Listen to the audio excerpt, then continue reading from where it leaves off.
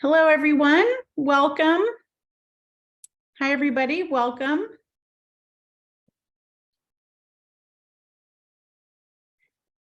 Welcome to Stony Brook University Preview Week. We're happy that you've joined us for today's presentation, Undecided, the real relationship between majors and careers. I'm one of your hosts, Amanda Mills, Assistant Director of Admissions. Today's presentation is being recorded and will be available for viewing on the admissions YouTube page, which I'll share with you in the chat later.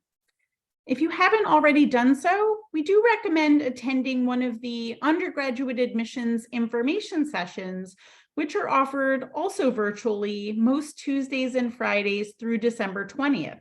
These sessions go into more detail about the general admission requirements and feature information about majors, campus life, and much more. I'll be helping out in the Q&A after the presentation. You can use the Q&A, which you see at the bottom of your Zoom webinar screen, at any time during the session. Now, please join me in welcoming our guests, Natalie Korba, the career coach for exploring or undeclared majors, and Andrea Lipak, Senior Director of Career Center Operations. All right, thank you so much, Amanda, for the introduction, and welcome everyone. Thank you so much for joining us tonight. It's very rainy here in Stony Brook. I'm not sure how the weather is by you, but I'm glad to see so many of you here joining us.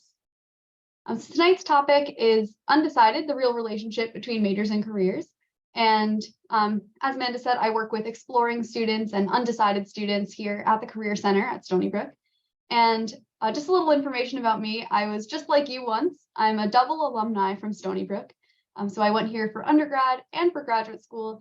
And I did change my major while I was here at Stony Brook. So we'll talk about that today. We'll talk about how to decide what major is a good fit for you. And we'll talk about how that connects to prospective careers. So quick overview of the different things we'll be covering in this short amount of time. We're going to discuss common career myths and the real relationship between majors and careers. We'll also review how the Career Center uses design thinking and other tools to help students learn more about themselves, learn more about careers, and learn more about career competencies or the skills that employers look for after college. And we'll also talk about different resources that the Career Center offers at Stony Brook to help you explore majors and careers that are a good fit for you. So I'd like to get started with some common career myths. I'm going to pull them up one by one. I'll take a dramatic pause so that you can think about it a little bit. And then I'll give you some of the answers. Okay, so true or false? The first one, most college graduates work in a career that is directly related to their major. Take a second to think about it. Okay, the second one, most people stay in their first job after graduation for the rest of their lives. So true or false? You can think about it. You can write it down somewhere if you want. True or false? Most people have less than 5 jobs after college.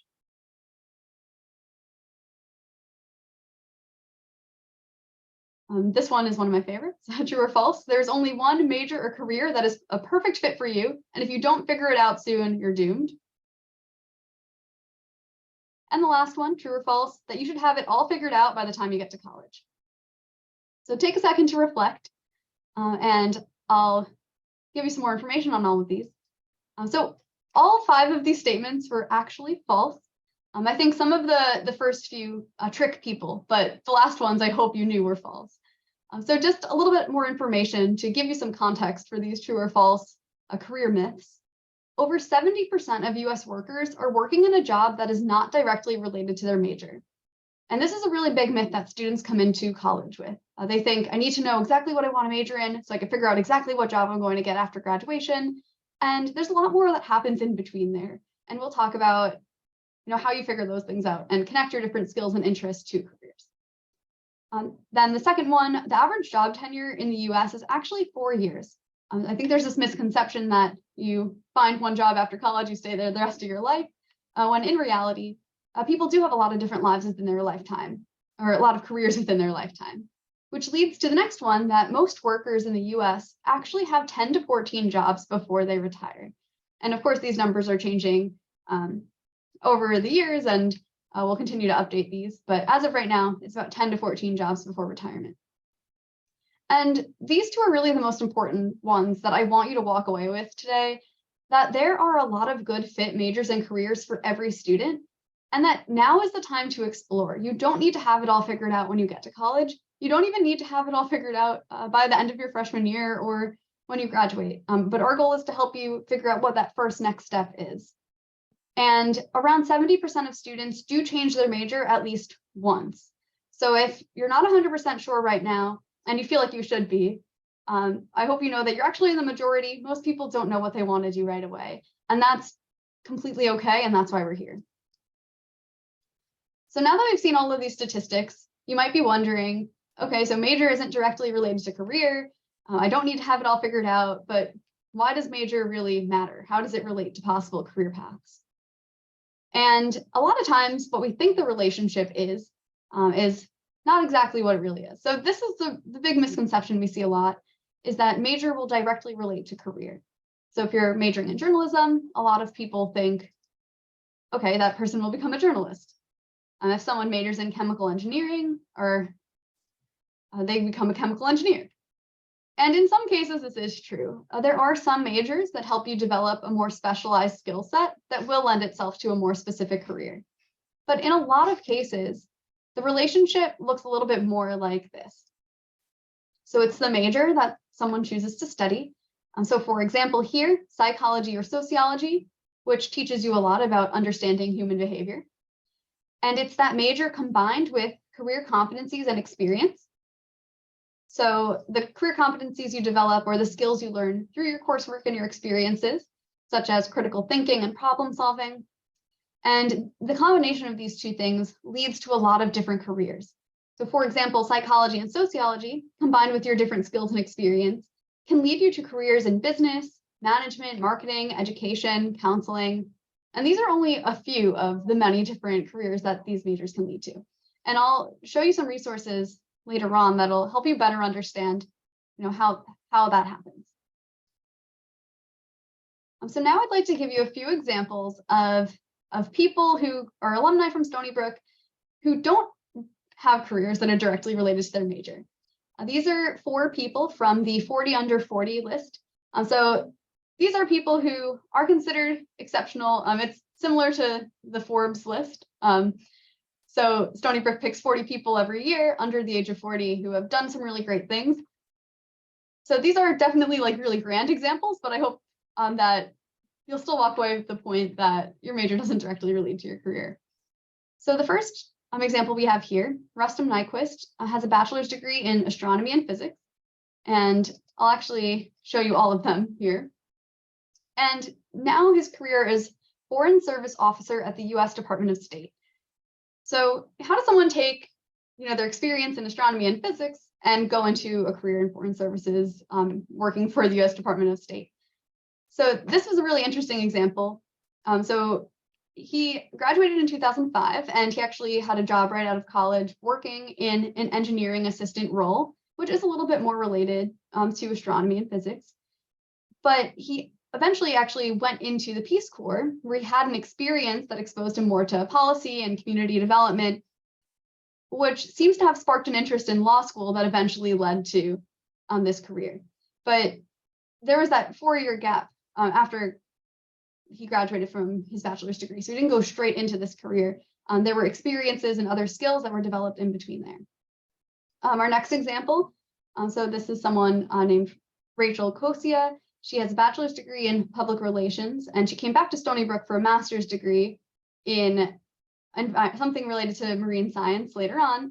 But when she was an undergrad, she was using her public relations knowledge and developing like a podcast or a mini series related to environmental topics. So she had this interest in the environment, which relates to becoming a plastic pollution manager later on. But the skills that she used in public relations, she was able to apply to her interest in environmental science. Our next example is Mark Anthony Rodriguez, who majored in philosophy and Latin American and Caribbean studies, so a double major. And he's now the co-founder and chief operating officer of Vox Pop Games. And if you take a look, you can actually find all of these people on LinkedIn. But if you take a look at his profile, he started out just working freelance for a nonprofit just for fun. It was a game development team that he would help out with. He eventually became support staff and became a game analyst. These were just things that he did in his free time that were an interest to him. And through these experiences, he developed the skills that would eventually lead to co-founding his own company related to games. And then our last example is Erica Kimmerling, who majored in biomedical engineering, and she went into senior policy advising for public engagement in science. And again, this idea of experience really shaping the career rather than major. Her major did give her this science knowledge, but her experience in a fellowship related to science and technology policy was eventually able to lead into this role as senior policy advisor. So the main takeaway from these 4 people that I hope you see is that they majored in something that interested them, but it's really their experiences and the things they did outside the classroom that gave them the skills to pursue careers down the line. And we're going to take a deeper dive into this. But first, I just want to address the question, then why does major matter? So I emphasized a lot that it's really your experiences and the things you do outside the classroom that'll shape your career path. But major does have a major influence in your college experience. And I always put this picture on the screen. If you were here with me in person, I would ask you, what do you see? Some people will see a duck, some people will see a rabbit, and some people see both. Some people are like, what are you talking about? I don't see either one of those. And the reason I put this on here is because I want to emphasize how the major that you choose shapes your perspective. So it's all about the way that you see things. Thinking about that, the major that you choose is going to affect the way that you see the world. If you major in environmental science and you look at a global issue like climate change, you might think more about the science of climate change. If you study psychology, you might think, how is climate change affecting individual people or the way that people interact with each other? If you major in economics, you might think, what are the financial impacts of this? So the major that you choose will influence the way that you approach problems in the world. And that leads into the second bullet of it develops your approach to critical thinking and problem solving, because each major will give you a different skill set based on that area of focus. And really the biggest takeaway for this slide is that the major you choose influences your overall satisfaction with college. If you're in all classes that you have no interest in, that you're not doing well in, you don't enjoy studying, it's going to impact just how you like college overall. And ultimately, it'll be better to choose something that really does interest you and that you like learning about. So now we've talked a little bit about the connection between major and career and how they're related. Now I want to talk more about how do you explore what majors and careers are a good fit for you. And an approach that we like to take here at Stony Brook in the Career Center is something called life design. We'll go more in depth on life design in a second, but life design is a problem-solving tool that helps you learn more about yourself and career through reflection and experience. And it's not a linear path. I think a lot of times when you're going into college, you think that career is supposed to be a linear path, that you go to college, you pick a major, you find a job, and you continue on with your life. But what in reality is a lifelong process, figuring out what's a good fit for you. You know, you're always learning new skills. You can move into new roles. So this is a process that'll happen throughout your life. And the Career Center helps students at every stage of this. So a quick overview of what each of these stages means. So the first thing that we want to help students understand is self-knowledge, which is really developed in this accept and empathize phase. So it's accepting where you are in your journey, learning not to compare yourself to other people, not to compare your career journey to someone else's career journey. And then empathize with yourself and learn more about what you really want, developing that self-knowledge, and then defining those things. So defining what your career values are, defining what your interests and strengths are, so that you can begin to ideate. So that's coming up with ideas of what careers will be a good fit. And then we go into prototyping, which are those actions you actually take. And we help give students the tools to test out these different interests that they have based on the self-knowledge they develop in that accept, empathize, define stage. And the best part about this is that once you prototype and you realize, you know, this is a good fit for me, or maybe this isn't what I thought it would be, you can go back to those other stages and you can always adapt based on that. I think a lot of times students feel locked into one path. They come to college, they pick a major, and they feel like, oh, I can't change. I've already committed to this for a year. When in reality, it's better to take 1 year to learn that something isn't a good fit than to spend 40 years in something that you don't enjoy. So a little more information about what life design is. Life design is a problem-solving strategy for tackling life's toughest problems and decisions, like major and career. So I like to joke that we all wish that there was just an equation or a blueprint for life, right? Like if you have a blueprint for building a bridge, every time you follow that blueprint, you should have a solid bridge.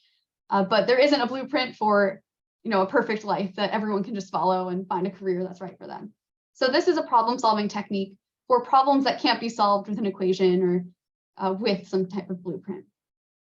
Life design is also a toolbox of exercises and activities to help students gain self and career knowledge and to develop career competencies through reflection and experiential learning. And those words in bold are things I'm going to define because I realize these are words, I use every day in my job, but probably aren't everyday conversation starters. And the last thing that life design is an approach to creating a meaningful, joyful, and fulfilling career in life. So ultimately, at the end of the day, we want students to be happy. We want people to go into their career feeling confident in their choices and feeling fulfilled in what they've decided as their next step. So, like I said, I tossed around a few different words now. I want to highlight the first one, which is self-knowledge. So I said that a lot of life design, especially in the beginning, like accepting, empathizing, defining, is learning more about yourself. And in college, your identity is being formed, it's being changed, and you're going to learn a lot about yourself in your first few years. And these are 4 key areas that we really want to help students focus on. So first, your interests. What do I like to learn about? What do I like to do in my free time? I like to joke with students, like what comes up in your TikTok when you're scrolling through, whatever the algorithm gives you. So really reflecting on what are things that you like. The second piece of this is your strengths and your skills. So what are you good at? What are you naturally good at? What are things that you've learned to become good at? Then what kind of impact do you want to have?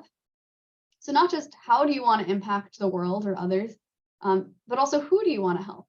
Or what kind of impact do you want to leave?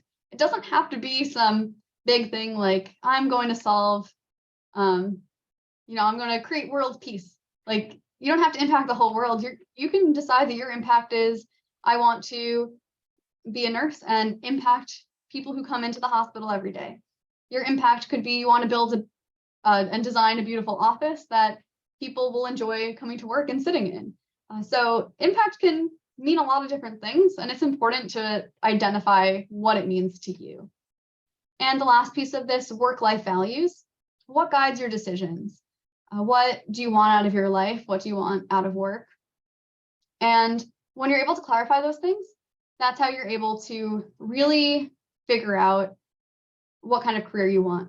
And this is super important because you might really want to go into marketing. You might know that your strengths are being creative, that you love spreading the word about things going on in the community, and that you want to help make people aware of exciting events that are happening. But if you really value something like, you really value the environment and you want to protect the environment, you don't want to go work for an oil company doing marketing. That won't align with your values. Even though you're doing something you love, it's not relating with your values. So it's really important to learn how to connect who you are and what you believe with what you do if you want that like joyful, coherent life. So I hit on the self-knowledge piece. Now the career knowledge piece. So questions that I want you to ask yourself: how do you learn about careers? I think a lot of students come in not knowing what's out there. I didn't know what a career coach was when I started at Stony Brook as a college student. There are a lot of careers that are out there that you might not know about yet because you haven't been exposed to it. I grew up in a house where my parents were teachers, my aunt was a teacher, my uncle was a teacher, everyone worked in a school. So I didn't really know what else was out there. So a big part of what we like to do at the Career Center is help students learn like what career options are actually out there for them, and discover careers they didn't even know about before. Also thinking about what resources you use to learn more about careers. We have a lot of reliable resources that we refer to students that we know are good resources. So not just a general Google search, but something a little bit more concentrated. Also thinking about who you can connect with to learn more about careers and what additional information you want to know about those careers. So if you hear about a career that really interests you, learning how you can find out more about it. And in the last half of the presentation, I'm going to talk about all the ways that we help students do this. I'm so sorry, not enough movement in the office, so it's a little dark all of a sudden. All right, so the last piece, so I talked about self-knowledge, career knowledge. This last piece is career competencies. So I've tossed this word around a lot, but what it really means ultimately is the transferable skills that you develop through your different experiences. So there are 9 of them that have been identified by NACE, which is a national organization. And these are 9 skills that all employers look for across all industries. And the good news is you can develop these skills in so many ways, especially here at Stony Brook. There are so many great opportunities to develop them. And I'll talk more about that in a few minutes. Okay, so now I've talked about these key things that you really want to think about and reflect on and learn about when you come to college and you're deciding a major and a career. So that's that self-knowledge piece, the career knowledge piece, and then the career competencies or those skills. So how does the Career Center at Stony Brook actually help with these things? So the first piece is through our career communities. Here at the Career Center, we have 8 career communities, and each of these communities has a specialized coach who has knowledge in these areas. And as you can see, 7 are industry-based, and the last one is exploring. So I'm the career coach for the exploring career community. So even if you don't know what you want to do, you can come to the Career Center and you can talk to someone, and it doesn't have to be this big, scary thing. It's a chance to just chat. It doesn't have to be intimidating. And some of the benefits of joining these communities are that you get bi-weekly emails that are handpicked with jobs and internships based on your career interests. You get that coaching that I mentioned. You can meet with a career coach one-on-one, either virtually or in person. And you also get connections. So each coach puts on a variety of different events with employers, alumni, and other students that you can learn more about that interest. And what I think is really the coolest thing about the career communities is that it's not based on major, it's based on your interest.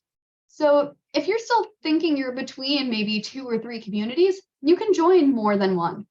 If you think about majors such as psychology or sociology, there's not really a clear-cut community for them to join. So you can join any of these communities just based on your general interests. And you can meet with any of these coaches to really talk about those interests more in depth. And like I said, if you're between like 6 of these communities, you can just meet with me in exploring, and we'd be able to talk about that together. Okay, so now I'm going to just review some of the resources that we have here besides our career communities. So one of the first resources we have are self-assessment. We have them right on our website for students to use. I usually encourage students to take the Career Explorer assessment and then schedule a meeting.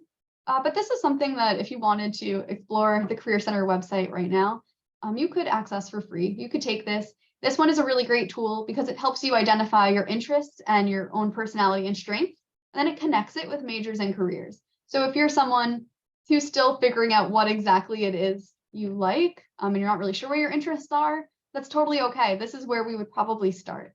So with the free self-assessment and then meeting with a coach. We also have a lot of different career research tools. So these are tools, again, that students can explore on their own, but that they can also meet with a career coach to talk more about. And one of my favorites that I'll just pull up for you all to see is what can I do with this major? So we have special access through Stony Brook for this website, which is a really great tool for students who don't really know what they can do with their major. If you're sure that you love your major, you love psychology, but you're not sure what you can do with it, on this website, you can find the major that you're interested in, and it'll give you a list of different areas that you can go into. So for example, I'll just pull up psychology, since that's a very big one here.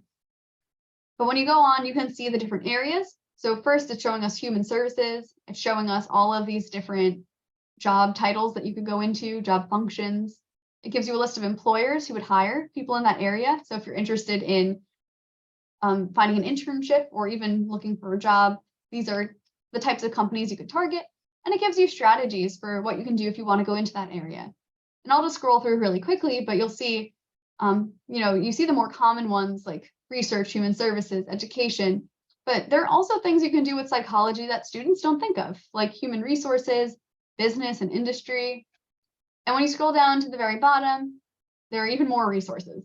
And if you were a student here at Stony Brook and you came to meet with me, we could sit together and actually go through these resources. But like I said, you can take time to explore them on your own too.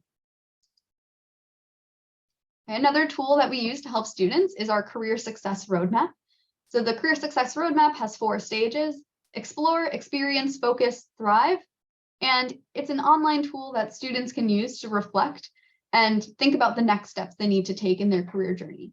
And it's based on where you feel you are in your journey, and then you can meet with a coach to talk about it. We also offer 4 really great classes, career and life design. We have 1, 2, 3, and 4. I actually teach CAR 151. That's the class on self-exploration and major exploration. So if you're someone who's coming into Stony Brook, you're not sure what you want to do yet, you could enroll in this class in the fall. But we do have 4 different ones. They're all 2 credits. And it's a whole semester to help students develop those career competencies and learn more about themselves and careers. We also have a micro-mentoring program, so we can connect students with alumni who had the same major or who are in a career field that interests that student, and they can connect for a one-time conversation. We also have an internship program, EXT, where students can get credit for the internships they're doing outside of the classroom. We have an online database for jobs and internships called Handshake. And we have a variety of workshops and events. So lots of resources. I'm going to go a little more in depth on some of them, but hopefully you're getting excited and you're thinking that you might want to come to Stony Brook and talk with us more. So this is just an overview of experiential opportunities. I want to emphasize that it's not just, again, what you major in, but also the experiences that you have. And all of these are experiences that you can find at Stony Brook. We have over 400 clubs and organizations on campus, and you can't undervalue the benefits of being in a club. Leadership roles, being on a club e-board, are seen as really great experiences by employers. It's a great way to develop career competencies. And we also have lots of internship opportunities, on-campus student employment. We have a new Center for Service Learning. So community service is also big here at Stony Brook. Lots of study abroad opportunities.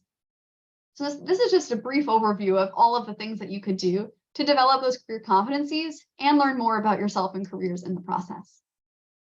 So a quick overview of the Career Center EXT internship program and on-campus student employment in 2021-2022. So this is all from last year. But a lot of students, especially first-year students, are really interested in on-campus employment. So a quick overview of the stats last year. We had 4,500 plus students participate in on-campus employment or on-campus internships, and this was across 170 different on-campus departments. We also had 924 students enrolled in the Career Center's EXT internship course. So this is a credit-bearing internship course, and it's for internships that don't necessarily have to be related to your major. So again, if you're a psychology major, but you're interested in going into human resources and you have a human resource internship, you could sign up for EXT and get credit for that internship. And 924 is a really great number, but there are probably, or we know for a fact, there are definitely more students who had internships who got credit through their major department or who didn't request academic credit for that internship. So we see here we had 2,400 students enrolled in some type of credit-bearing internship across all departments. So that's the number including those major departments. And we had 3,900 plus student employment positions on campus last year. So there are a lot of ways to get involved on campus, a lot of ways to get credit for experiences you're doing both on and off campus. And not only do we encourage students to look for these opportunities, but we actually help guide students along the way. So whether students are starting out for the first time, they don't have a resume yet, they still need help with that, we do that type of work. We also help students identify opportunities that are best fit for them based on their interests or their strengths. So Handshake is our big database. It's the #1 way that college students find jobs and internships. We have over 30,000 positions posted right now. And while you don't have access to this since you're not students yet, you can get an overview of some of the jobs that we have on our Career Center website. So you can take time to explore that if you're interested. And Career Center workshops and events. This was just an overview of the major events that we held in fall 2022. So as you can see, it's a pretty extensive list, and it covers career exploration, career preparation, experiential learning. One of the big ones that I led was Conquer Your Career series. So it was a week of topics similar to this one. So choosing a major, that career fear of missing out, procrastination, and fear of failure were all topics that we covered. We also had a Careers In week where we brought in panelists, both alumni and employers from all different career areas, so that students can learn from people who are in those areas, learn from the experts.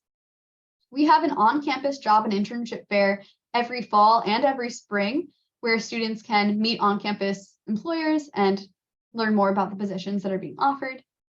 We also have industry job and internship fairs where we bring in employers. We had 3 in-person industry fairs this past fall. We also had 2 virtual ones. So a lot of opportunities to meet employers. And something that I like to tell exploring students is that job fairs aren't just for people looking for jobs and internships. It's also a great way just to learn what's out there. Talking to recruiters is really great practice for when you are looking for something later on. And it's a good way to learn more about companies that might interest you down the line. So if you're thinking right now, well, I don't even know what I want to do, I don't want to think about job and internship fairs, it's really a great way to explore. And we do a lot of prep events too to help students actually prepare for those in-person fairs. In addition to all of those events, we have an alumni networking mixer, so students can come and meet alumni in their different career fields of interest. And we have an employer resume review where we have employers come in and review resumes for students. And that's in addition to all of the different appointments we already offer at the Stony Brook Career Center, because we do offer, in addition to career coaching, resume reviews and mock interview help. So some key takeaways before we jump into some questions.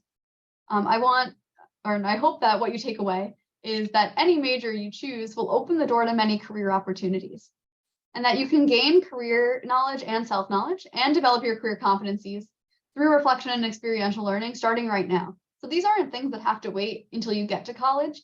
You can start this process right now. You can take a look at our website. Even if you're in clubs or you're in a part-time job while you're in high school or at another university, these are all skills that will carry with you to your journey at Stony Brook and that you can continue to develop when you get here. And you're not alone in the challenges that you face when you're deciding a major. And the Career Center is here every step of the way. And even though you're considering becoming incoming students, the Career Center offers lifetime services for students. So alumni get to use our services, and it's not an exaggeration when I say we're here every step of the way. I think now would be a good time to take some questions. So thank you all for listening. Thank you so much, Natalie. That was excellent. I'm sure everyone is madly thinking of all of their questions and formulating them. We did have a question about if you change your major, would it affect your minor? And my response was, and you can let me know if this is what is your experience, is that if you change your major to the subject of the minor, then yes, it would impact it because you couldn't actually major and minor in the same area. But if you chose to change your major to something different, you could maintain a minor. Is that accurate? Yes, that's correct. Okay, good. Yeah, and the cool thing about Stony Brook is that you can have 2 majors and up to 3 minors. So if you have a lot of interest, you don't necessarily have to choose just one. But that's definitely something you'll want to make sure you're meeting with an academic advisor about if you choose to come here. Yeah, and that's a good point, because the Career Center support, although it can happen at any time during your undergraduate career at Stony Brook, you also have other support systems along the way. Academic and pre-professional advising, your major advisor through your undergraduate department in your discipline, your undergraduate college, your freshman advising teams. So there's lots of different levels of support and different types of support. This is really a great resource, really, at any point to start thinking about, what am I doing, academically, and how might that translate to what I do next? But for many students, that's graduate school, and that can dramatically change, what you end up doing. Mm-hmm. So we have a question that came in. When do you recommend declaring a major? That's a great question. So students are required to declare a major by their 57th credits. So that's junior year. But there's not necessarily a timeline where like you can change your major along the way. So if you declare a major your freshman year, you're still able to change it at any point. So I really recommend declaring it once you have an idea of what you want to do. Another thing to think about, though, is there is some financial aid that's connected to declaring a major and major classes. So if you are receiving like financial aid or TAP, again, like Amanda said, you have so many support systems here at Stony Brook. So making sure you connect with academic advising and the financial aid office. That's just something to consider as well. Yeah, that's a great point, because there are, credit and degree progress benchmarks for certain financial aid. So you do want to kind of be, and I think that's the great thing about a university like Stony Brook, is that you have all these different support systems and people who can help you figure out, what will this impact if I make a change? Or instead of changing my major, would it be better to add a minor or double major if I can manage that, in terms of my time and abilities? I have a question that came in. This we get a lot. So this is an excellent question. What major is best? And I'm going to kind of change it, not so much in medicine, but if I want to go into be pre-med or go on to medical school for any really graduate health profession, what's the best choice, or is there a best choice? Yeah, that's a great question. And you're right that this is one we get a lot. And in reality, there's no necessarily best major if you want to go into something in healthcare. There are some things to think about. So for example, at Stony Brook, we don't have a pre-med major, but we have a pre-med track. So there are certain courses you would need to take that you would take in addition to your major. So some majors will overlap with those requirements. So if you're majoring in biology, a lot of those pre-med requirements are going to get covered. But you can major in English, you can major in philosophy, you can choose to major in whatever you'd like, as long as you're also taking those pre-med requirement courses. And I recognize that it's not just medical school that people want to go to. There are other areas of healthcare, and if you're thinking like other areas, there might be other majors that are a good fit for you. But again, it'll depend on what type of medicine or healthcare you want to go into, because we do have like a health science major, which lets you explore a lot of different areas of healthcare outside of just like direct medical care. So there's a little more freedom than you think when it comes to choosing a major if you're pre-med. Yeah, I agree. And one of the things that you hear a lot from, different support systems at Stony Brook for students is that oftentimes it's less important specifically what you're majoring in, and obviously making sure you're taking specific courses that are going to set you up for success in a graduate program like that, but also what you're involved in. So like Natalie mentioned, joining clubs and organizations that are going to support your interest and your goals, and having experiences, whether it's, volunteer or internship or some sort of practical application. Obviously, you can't be a doctor right away, but there are ways to get those experiences that the Career Center and other areas on campus can be really helpful with. So thank you for that question. We have a question that is, okay, so similar. What would the minor for medicine be if you plan to major in pre-med or biology? So I'm not 100% sure I'm getting that question, but you don't, just so everyone's aware, there's no requirement to have a minor at Stony Brook. I'm not sure if that's true at all, the thousands of colleges and universities in the United States, but you only have to have a major. You can have multiple minors. You can often double major, but there is no minor requirement.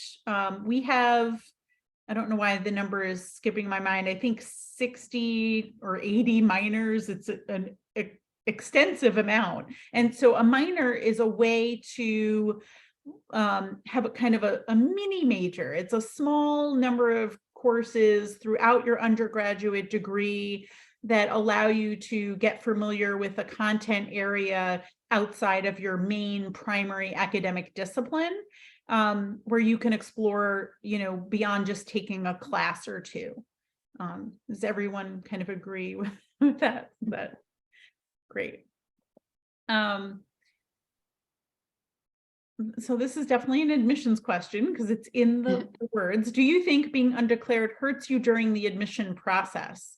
And that's a good question. I don't think anything hurts you in the application or admission process, in terms of, choosing a major, being undeclared. You want to really honor where you are. If you truly have multiple academic strengths and multiple academic interests, then you truly are undeclared. You haven't made a decision, but just also recognize that you can make a decision now, and then for many of our majors, you do have the flexibility to change. There are some restricted majors where that can be a little more challenging, but for the most part, within most of our colleges and schools, you have flexibility. So undeclared doesn't hurt you in any way. It's just an honest representation of who you are as an applicant. So we appreciate that.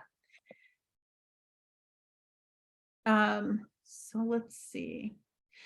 So we have a question. If I want to start a business, do you offer some kind of program to support that or assist with that?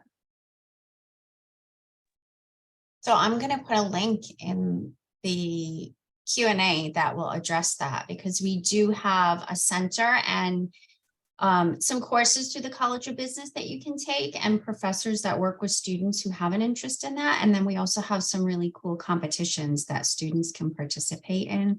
We have, actually, hold on, let me, right here. So the link that I just put in the Q&A, did that pop up for everyone? Can everyone see the answers, Amanda? Did you select that it goes to everyone? I thought, you mean the answers? yes. Yes, they should be able to, but you can also put it in the chat. Natalie just put that. I see that. Okay, yeah. So that's that site. If you want to go to that site, that'll give you some information. So a little bit more information about the competitions we have. One is called Wolfie Tank, which of course is a play off Shark Tank that students can participate in. So definitely resources for students that are interested in entrepreneurship as well. And I know there was another College of Business question. Someone asked to expand on the business major a little bit. So there are different concentrations within the College of Business that you can choose as well. So it's a general business management major, but then we have 4 concentrations. So those would be marketing, finance, operations, and accounting. So you can specialize. You don't have to, kind of like the minor, you don't have to choose the specialization, but you can if you're interested in that as well. But I want to just kind of add off of what Amanda said in terms of, you know, when you're thinking about specializations and minors, what's even more important or just really important to think about is gaining experience in those areas. And so a lot of what Natalie covered in terms of internship opportunities, and you can even gain a lot of experience right on campus through student employment positions, is really, really important, especially, you know, as you're ready to graduate, you want to have that experience under your belt. Awesome. So does anyone have any additional questions for our guests this evening? I'll give you another minute or two. Any final advice or words from our speakers?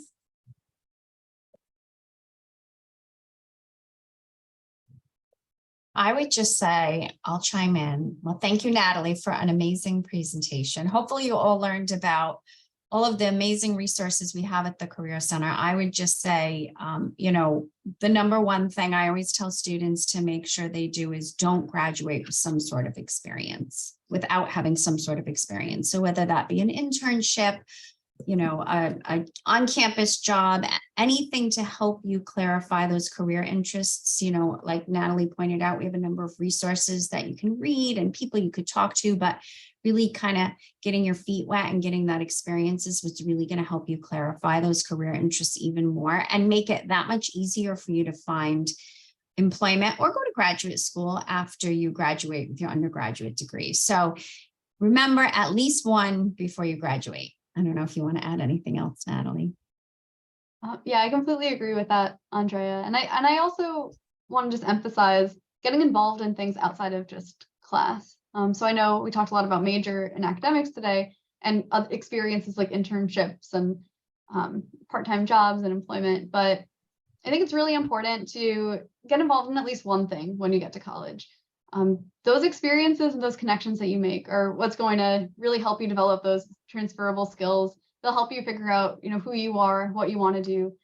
So step outside your comfort zone. Don't be afraid to try something new that maybe you hadn't thought of before. That's what college is all about. Well, thank you both so much. This was really excellent. And everyone, just a reminder that we do offer on Tuesdays and Fridays through December 20th, undergraduate admissions information sessions. So if you want to hear more about the application process, a wide range of majors, student support services, you can sign up for that right on the visit section of the undergraduate admissions website. And to see today's recording and recordings from all of the virtual preview week sessions, just look for the Stony Brook University admissions YouTube page and they will be there. Again, thank you to our speakers, our presenters, and we hope everyone has a wonderful rest of your day. Thanks again. Bye, everybody. Have a good night. Bye-bye.